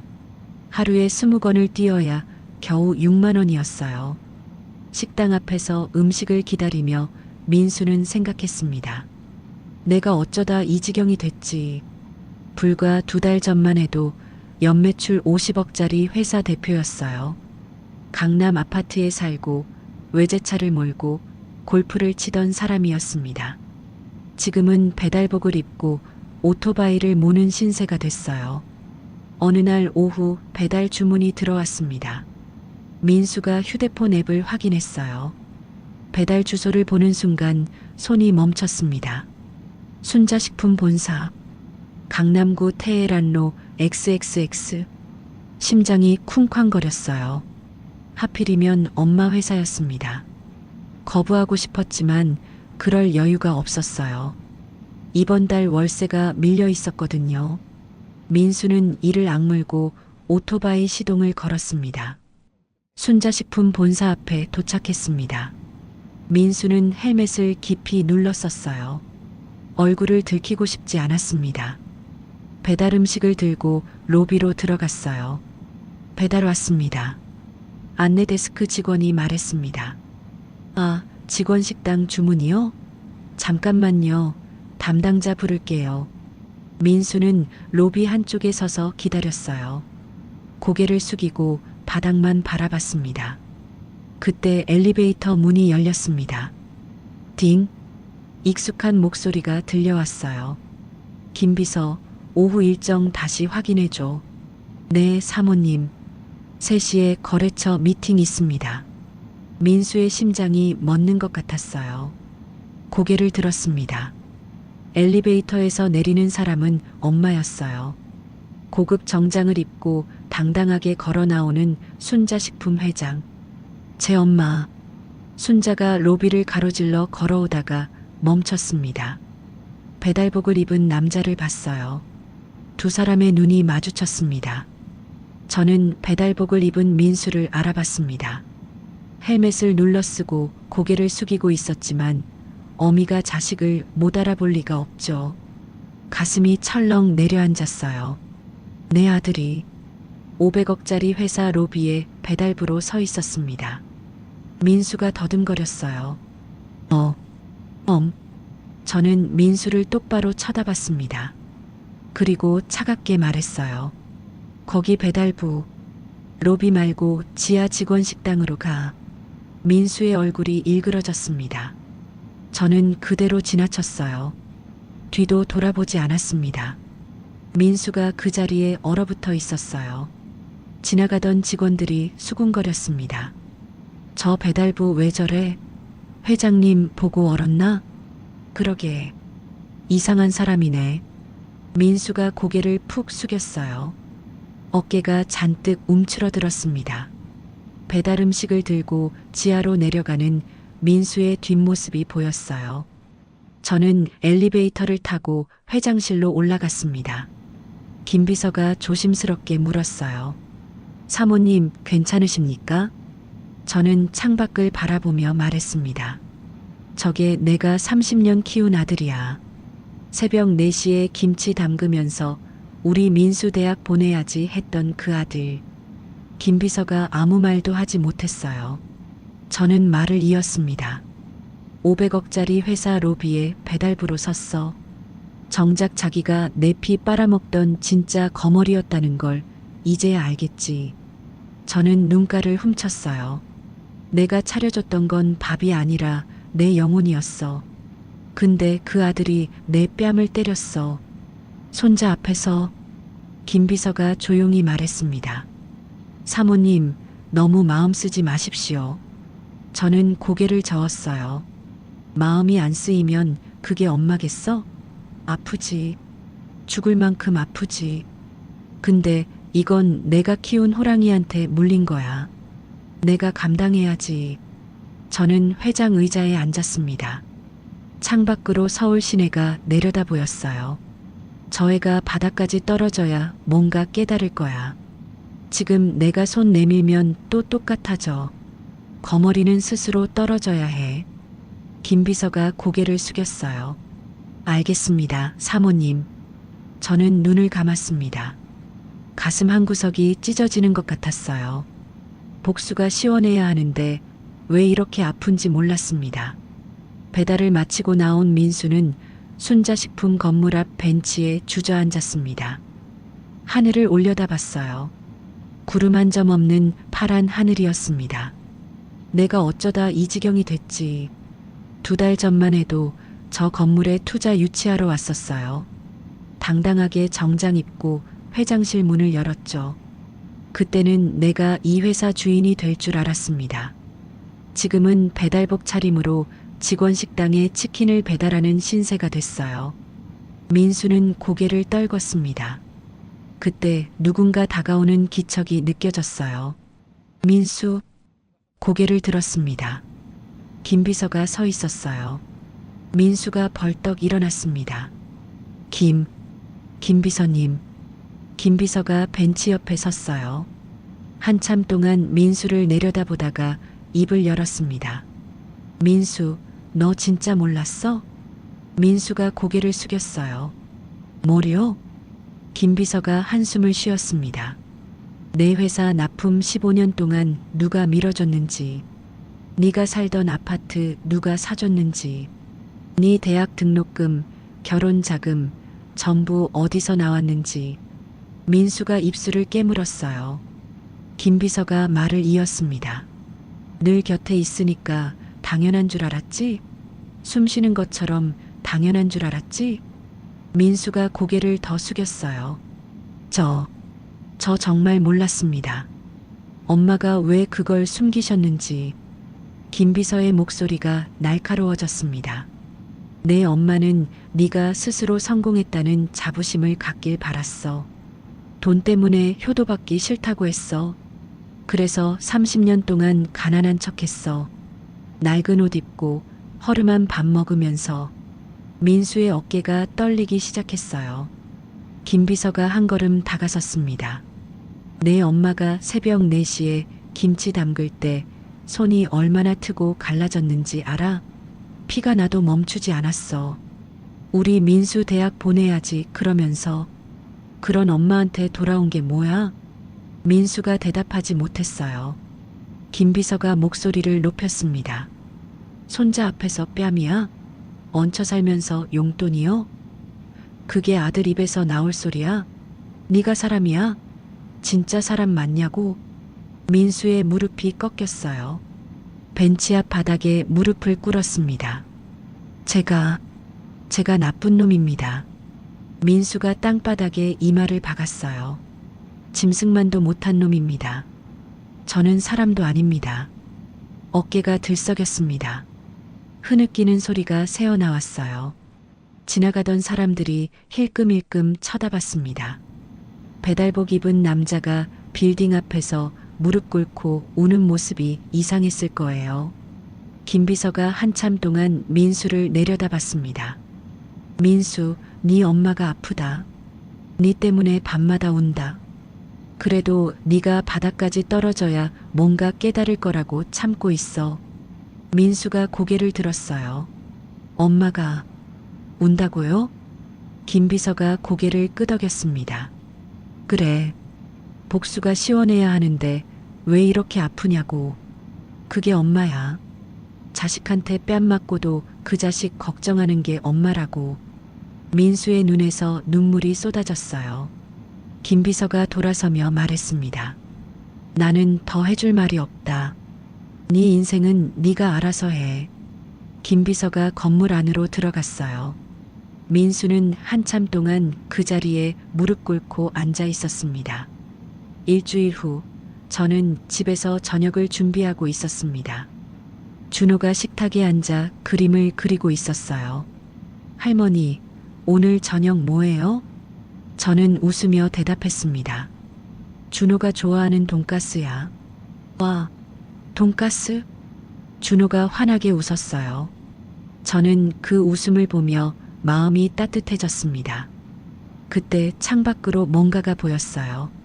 저는 고개를 돌려 창문을 바라봤습니다. 대문 앞에 누군가 무릎을 꿇고 있었어요. 민수였습니다. 비가 내리고 있었어요. 민수는 우산도 없이 무릎을 꿇고 앉아 있었습니다. 저는 손에 들고 있던 국자를 내려놓았어요. 창문으로 다가가서 민수를 바라봤습니다. 비에 젖은 민수의 모습이 처량했어요. 머리카락에서 물이 뚝뚝 떨어지고 옷은 흠뻑 젖어 몸에 달라붙어 있었습니다. 저는 커튼을 닫았어요. 할머니, 밖에 누구 있어요? 준호가 물었습니다. 저는 고개를 저었어요. 아무도 없어. 밥 먹자. 다음 날 아침 저는 눈을 뜨자마자 창문으로 갔습니다. 민수가 여전히 그 자리에 무릎 꿇고 있었어요. 밤새 그 자리에 있었던 거였습니다. 비는 그쳤지만 민수의 옷은 아직 젖어 있었어요. 저는 한숨을 쉬며 커튼을 닫았습니다. 그날 하루 종일 민수는 움직이지 않았어요. 점심 때도 저녁 때도 그 자리에 무릎 꿇고 앉아 있었습니다. 사흘째 되는 날이었어요. 민수는 여전히 대문 앞에 무릎 꿇고 있었습니다. 얼굴이 헬쑥해지고 입술이 바짝 말라 있었어요. 준호가 창문에 매달려 밖을 내다봤습니다. 할머니, 저기 아빠야. 저는 대답하지 않았어요. 준호가 다시 물었습니다. 아빠 왜 비 맞으면서 무릎 꿇고 있어? 아빠 아파? 저는 준호를 안아들며 말했어요. 저 사람은 할머니한테 못된 짓 해서 벌 받는 거야. 준호가 고개를 갸웃거렸습니다. 못된 짓? 아빠가 할머니한테 뭘 했는데? 저는 잠시 망설이다가 대답했어요. 할머니를 아프게 했어. 아주 많이. 준호가 창밖을 다시 바라봤습니다. 근데 아빠 불쌍해. 비 맞으면 감기 걸려. 저는 아무 말도 하지 않았어요. 준호가 제 얼굴을 올려다보며 물었습니다. 할머니가 용서해주면 안 돼? 아빠 많이 추워 보여. 저는 준호의 머리를 쓰다듬었어요. 준호야, 어떤 잘못은 용서받기 어려운 거야. 준호가 눈을 동그랗게 뜨며 말했습니다. 근데 유치원 선생님이 그랬어. 잘못하면 미안하다고 하고 미안하다고 하면 용서해 주는 거라고. 저는 말문이 막혔어요. 5살짜리 아이의 순수한 말이 가슴에 박혔습니다. 나흘째 되는 날 아침이었어요. 저는 창문을 열고 밖을 내다봤습니다. 민수가 쓰러져 있었어요. 무릎 꿇고 있다가 옆으로 고꾸라진 모습이었습니다. 움직이지 않았어요. 저는 급히 밖으로 뛰어나갔습니다. 민수야. 민수 옆에 무릎을 꿇었어요. 얼굴이 창백하고 입술이 파랗게 질려 있었습니다. 이마를 짚어보니 열이 펄펄 끓었어요. 저는 급히 구급차를 불렀습니다. 병원 응급실이었어요. 민수가 링거를 맞으며 침대에 누워 있었습니다. 탈수와 저체온증이라고 했어요. 의사가 말했습니다. 하루만 더 늦었으면 위험했습니다. 며칠이나 굶은 겁니까? 저는 대답하지 못했어요. 의사가 나간 후 저는 침대 옆 의자에 앉았습니다. 민수의 얼굴을 바라봤어요. 수염이 덥수룩하게 자라 있었고 광대뼈가 튀어나올 정도로 야위어 있었습니다. 이게 내가 30년 동안 키운 아들이었어요. 새벽 4시에 김치 담그면서 우리 민수 대학 보내야지 했던 그 아들. 대학 합격했을 때 엄마 고마워. 나중에 꼭 호강시켜줄게 하며 안기던 그 아들. 저는 민수의 손을 잡았습니다. 차갑고 거칠었어요. 예전에 부드럽던 손이 이렇게 변했습니다. 눈물이 흘렀어요. 바보 같은 놈. 죽으려고 환장했어? 몇 시간 후 민수가 눈을 떴습니다. 천장을 멍하니 바라보다가 고개를 돌렸어요. 저와 눈이 마주쳤습니다. 엄마. 저는 손을 거뒀어요. 민수가 급히 몸을 일으키려 했습니다. 엄마 미안해요. 제가 잘못했어요. 저는 민수를 눌러 앉혔어요. 누워있어. 아직 몸이 안 좋아. 민수의 눈에서 눈물이 흘러내렸습니다. 엄마, 제발 한 번만 용서해 주세요. 제가 짐승 같은 놈이었어요. 엄마 뺨을 때리다니. 저는 사람도 아니에요. 저는 민수를 가만히 바라봤어요. 민수야. 네, 엄마. 저는 천천히 말했습니다. 살고 싶으면 살아. 민수가 고개를 끄덕였어요. 네, 살게요. 열심히 살게요. 저는 자리에서 일어났습니다. 근데 나는 내 엄마 아니야. 앞으로 남이야. 민수의 얼굴이 굳어졌어요. 엄마, 그게 무슨... 저는 민수를 똑바로 바라보며 말했습니다. 자식이 효도하면 엄마고 폐륜하면 남이야. 넌 손자 앞에서 내 뺨을 때렸어. 그 순간 넌 내 자식이 아니게 된 거야. 민수가 침대에서 내려오려 했어요. 엄마, 제발 한 번만 더 기회를 주세요. 저는 봉투 하나를 침대 위에 올려놓았습니다. 이 안에 500만 원 있어. 병원비 내고 방 하나 얻어서 살아. 이게 내가 줄 수 있는 마지막이야. 민수가 봉투를 밀어냈어요. 돈 필요 없어요. 엄마만 있으면 돼요. 엄마, 제발. 저는 고개를 저었습니다. 민수야, 네가 때린 건 내 뺨이 아니야. 30년 세월이야. 새벽마다 김치 담그면서 흘린 피, 너 대학 보내려고 참았던 눈물, 결혼시키려고 모은 돈. 그 30년을 네가 뺨 한 대로 다 짓밟았어. 민수가 울면서 매달렸습니다. 엄마, 죄송해요. 정말 죄송해요. 저는 민수의 손을 뿌리쳤어요. 미안하면 네 인생이나 똑바로 살아. 그게 네가 할 수 있는 유일한 효도야. 저는 돌아섰습니다. 병실 문 앞에서 멈췄어요. 준호는 내가 키운다. 저 애까지 니처럼 만들 수 없어. 문을 열고 나가면서 저는 말했습니다. 이게 내 마지막 잡이야. 다시는 내 앞에 나타나지 마. 문이 닫혔어요. 복도를 걸으며 저는 눈물을 닦았습니다. 가슴이 찢어지는 것 같았어요. 하지만 돌아보지 않았습니다. 1년이 지났습니다.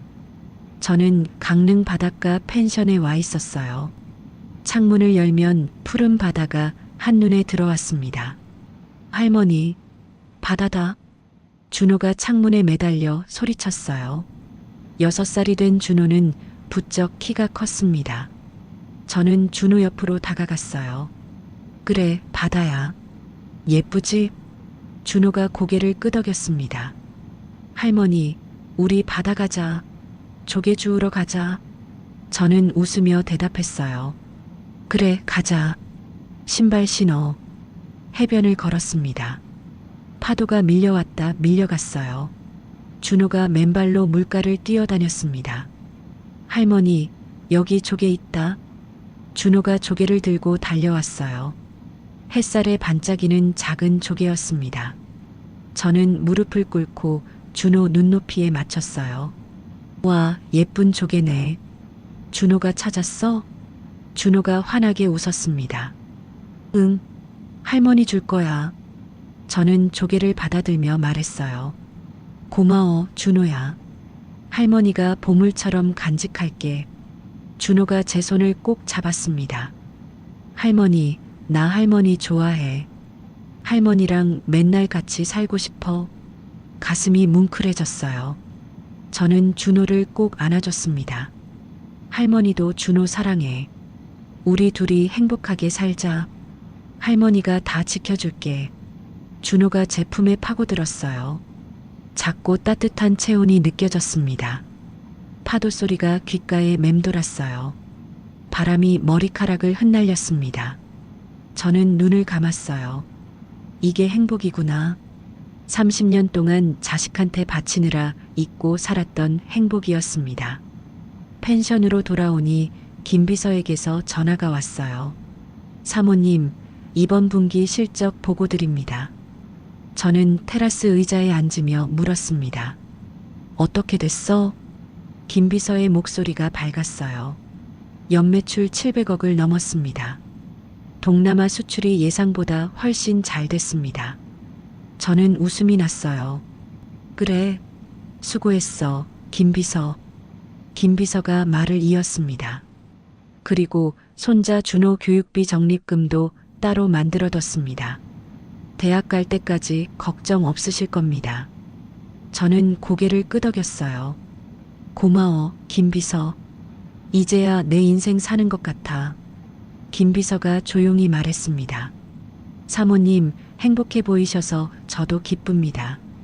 전화를 끊고 저는 바다를 바라봤어요. 70평생 처음으로 마음이 편안했습니다. 한편 같은 시각 서울이었습니다. 민수는 작은 식당에서 설거지를 하고 있었어요. 기름때가 낀 그릇을 하나씩 닦았습니다. 손이 물에 불어 쭈글쭈글해졌어요. 야, 거기 설거지. 빨리빨리 해. 손님 밀려. 주방장이 소리쳤습니다. 민수가 고개를 숙이며 대답했어요. 네, 알겠습니다. 그릇 닦는 속도를 높였습니다. 불과 1년 전만 해도 연매출 50억짜리 회사 대표였어요. 사람들이 강 사장님 하며 허리를 굽혔습니다. 지금은 식당에서 설거지하며 야, 거기 소리를 듣는 신세가 됐어요. 저녁 10시가 되어서야 일이 끝났습니다. 민수는 허름한 원룸으로 돌아왔어요. 보증금 300만 원에 월세 30만 원짜리 방이었습니다. 문을 열고 들어가니 어둡고 좁은 방이 민수를 맞았어요. 민수는 방 한쪽 벽을 바라봤습니다. 벽에 사진 한 장이 붙어 있었어요. 어린 시절 엄마와 찍은 사진이었습니다. 5살 민수가 엄마 품에 안겨 환하게 웃고 있었어요. 젊은 엄마도 활짝 웃고 있었습니다. 민수는 사진 앞에 무릎을 꿇었어요. 엄마, 죄송합니다. 목이 메었습니다. 저는 짐승만도 못한 놈이었습니다. 엄마가 새벽마다 김치 담그면서 손 트고 피 흘린 거 몰랐습니다. 그 돈으로 제가 대학 가고 결혼한 거 몰랐습니다. 눈물이 흘렀어요. 엄마 뺨을 때리다니. 손자 앞에서. 저는 사람이 아니었습니다. 민수는 사진을 어루만졌어요. 다음 생에는 제대로 된 아들로 태어날게요. 이번 생은 제가 다 망쳤습니다. 다음 날 저녁 민수는 퇴근 후 거리를 걷고 있었어요. 피곤한 몸을 끌고 집으로 향하는 길이었습니다. 그때 눈앞에 대형 전광판이 보였어요. 민수는 멈춰섰습니다. 전광판에 광고가 나오고 있었어요. 순자식품 다시 엄마의 손맛 그대로. 화면에 두 사람이 나왔습니다. 70살 할머니와 6살 손자였어요. 할머니가 김치를 담그고 손자가 옆에서 배추를 건네고 있었습니다. 두 사람이 환하게 웃으며 김치를 먹는 장면으로 바뀌었어요. 할머니, 김치 맛있어. 그래, 우리 준호 많이 먹어. 민수의 다리에 힘이 풀렸어요. 엄마였습니다. 그리고 준호였습니다. 민수는 전광판 앞에 멈춰서서 그 광고를 바라봤습니다. 환하게 웃는 엄마의 얼굴, 행복해 보이는 준호의 얼굴, 자신이 없는 그 풍경이 아팠어요. 지나가던 행인 2명이 전광판을 보며 이야기했습니다. 저 광고 순자김치 회장님이래. 이른에 저렇게 정정하시네. 손자랑 진짜 행복해 보인다. 저렇게 성공하고 손자랑 사는 게 진짜 팔자 좋은 거지. 민수의 눈에서 눈물이 흘렀어요. 저 행복한 풍경에 자신이 있었어야 했습니다. 엄마 옆에서 웃고 있었어야 했어요. 하지만 자신이 다 망쳤습니다. 민수는 터벅터벅 걸어갔어요. 혼잣말이 새어나왔습니다. 내가 때린 건 엄마 뺨이 아니었구나. 30년 세월이었구나. 새벽마다 김치 담그던 그 손, 피 흘리면서도 참던 그 마음. 그걸 내가 뺨 한 대로 다 짓밟았구나. 민수는 고개를 숙였어요. 엄마, 다음 생에는 꼭 효도할게요. 민수의 뒷모습이 어둠 속으로 사라졌습니다. 다시 강릉 바닷가였어요. 해가 지고 있었습니다. 하늘이 붉게 물들었어요. 저는 준호와 함께 해변에 앉아 노을을 바라봤습니다. 할머니, 저 노을 예쁘다. 준호가 말했어요. 저는 고개를 끄덕였습니다. 그래, 예쁘네. 파도가 밀려왔다 밀려갔어요. 바람이 불어왔습니다. 저는 생각했어요. 30년 동안 저는 아들을 위해 살았습니다. 새벽 4시에 일어나 김치를 담그고 손이 트고 피가 나도 참았어요. 아들이 잘 되기만 바랐습니다. 돌아온 건 손자 앞에서 맞은 뺨이었어요. 하지만 저는 후회하지 않습니다. 30년 동안 최선을 다했으니까요. 다만 이제는 제 인생을 살 거예요. 준호와 함께 행복하게. 준호가 제 손을 잡았습니다. 할머니 사랑해. 저는 준호를 꼭 안아줬어요. 할머니도 사랑해, 준호야. 노을이 바다 위로 내려앉았습니다. 저는 중얼거렸어요. 그해 봄 나는 30년 만에 진짜 내 삶을 시작했습니다. 파도 소리가 귓가에 맴돌았어요. 참는 것이 미덕인 시대는 지났습니다.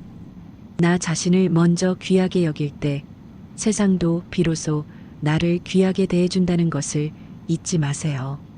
준호가 제 품에 안겨 잠들었어요. 작고 따뜻한 숨소리가 느껴졌습니다. 저는 바다를 바라보며 말했습니다. 자식이 효도하면 엄마고 폐륜하면 남입니다. 그게 제가 30년 만에 깨달은 진실이에요. 해가 완전히 저물었어요. 어둠이 내려앉았지만 마음은 환했습니다. 70평생 처음으로 저는 행복했습니다. 박순자 어머니 이야기 어떠셨나요? 30년이라는 긴 겨울을 홀로 견뎌온 어머니가 있었습니다. 그 겨울 끝에 마침내 자신만의 따뜻한 봄을 찾아 떠났네요. 시작하기 전에 미리 말씀드려야 할 게 있었는데요. 500억짜리 회장이 왜 아들한테 얹혀 사는 척 했어? 말도 안 돼. 드라마도 아니고. 라고 생각하실 수도 있겠지만요. 실제로 자녀에게 재산을 숨기는 부모들이 적지 않습니다. 한 조사에 따르면 고액 자산가의 약 30%가 상속 전까지 자녀에게 재산 규모를 공개하지 않는다고 해요. 또한 노인학대 신고 중 가족에 의한 학대가 85% 이상을 차지하고 그중 자녀에 의한 학대가 가장 많다는 통계도 있습니다. 다만 오늘 사연은 실제 경험담을 바탕으로 각색한 것이라는 점 양해 부탁드려요. 전달 과정에서 일부 과장이나 극적 요소가 더해졌을 수는 있습니다. 하지만 이 이야기가 주는 교훈은 분명해요. 첫째, 부동산이나 큰 자산은 반드시 명의를 명확히 해두세요. 순자 씨가 아파트를 본인 명의로 해뒀기 때문에 법적으로 퇴거 요청이 가능했습니다. 둘째, 참는 것이 미덕은 아닙니다. 나 자신을 먼저 귀하게 여길 때 세상도 비로소 나를 귀하게 대해줄 겁니다. 셋째, 가족이라는 이름으로 당신의 희생을 당연하게 여기는 사람이 있다면 한 번쯤은 그 관계를 돌아보세요. 당신이 없으면 무너질 것 같은 그 성은 사실 당신의 눈물로 간신히 버티고 있는 모래성일 뿐입니다. 넷째, 자식이 효도하면 부모고 폐륜하면 남입니다. 피가 섞였다고 모든 걸 참아야 하는 건 아니에요. 혹시 지금 가족에게 상처받고 계신 분들이 있다면 순자 씨처럼 자신의 삶을 먼저 돌아보는 용기를 내보세요. 손 내밀어 구해줘야 할 사람은 가족이 아니라 바로 당신 자신입니다. 길었던 겨울이 끝나면 반드시 봄이 옵니다. 여러분의 봄도 분명 찾아올 거예요. 이 영상이 마음에 드셨다면 구독과 좋아요, 알림 설정 꼭 눌러주세요. 댓글로 오늘 사연에 대한 생각이나 시청하고 계신 지역 남겨주시면 큰 힘이 됩니다. 다음에도 가슴 뭉클하고 통쾌한 사연으로 또 찾아뵐게요. 항상 건강하시고 행복하세요. 감사합니다.